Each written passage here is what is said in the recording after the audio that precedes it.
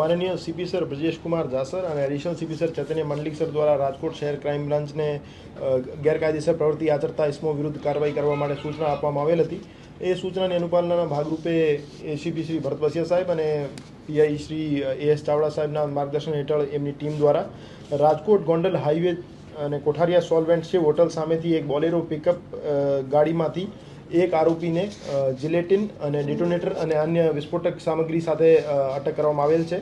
આ જે આરોપી છે દોલાભાઈ રઘુભાઈ મીર, એ જાતે ભરવાડ છે અને મૂળ રહેવાસી ચૂડા સુરેન્દ્રનગરનો છે અને હાલ રહેવાસી કોઠારિયા સોલવેન્ટનો હતો. એ સુરેન્દ્રનગરના રહેવાસી હીરાભાઈ ઉર્ફે હિરેન અલગોતર થાનગઢના રહેવાસી છે. એમના કહેવાથી મિતુલ નામના આરોપી પાસેથી એ એક્સપ્લોઝિવ સામાન લાવતો હતો અને તે દરમિયાન રાજકોટ શહેર ક્રાઇમ બ્રાન્ચ દ્વારા એમને ઝડપી પાડવામાં આવેલ છે.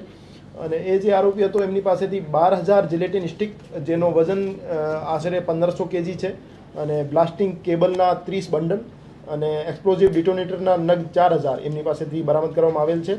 અને આગળ જે બીજા આરોપીઓ જે એને માલ પૂરો પાડનાર છે અને માલ મંગાવનાર છે એને પકડવા માટેની તજવીજ હાલ ચાલે છે. આ જે આરોપી જેને ઝડપી પાડવામાં આવેલ છે દોલાભાઈ રઘુભાઈ મીર, એની પાસે કોઈ પણ પ્રકારના આધાર પુરાવા, લાયસન્સ એ એક્સપ્લોઝિવ કેરી કરવાના હતા નહીં. એના કારણે એના વિરુદ્ધ ગુનો દાખલ કરવામાં આવેલ છે. અને એ જે એક્સપ્લોઝિવ સામગ્રી છે એ થાનગઢ સુરેન્દ્રનગર ખાતે સપ્લાય કરનાર હતો અને ત્યાં એનો એક્સપ્લોઝિવનો યુઝ માઇનિંગમાં થવાનું હતું.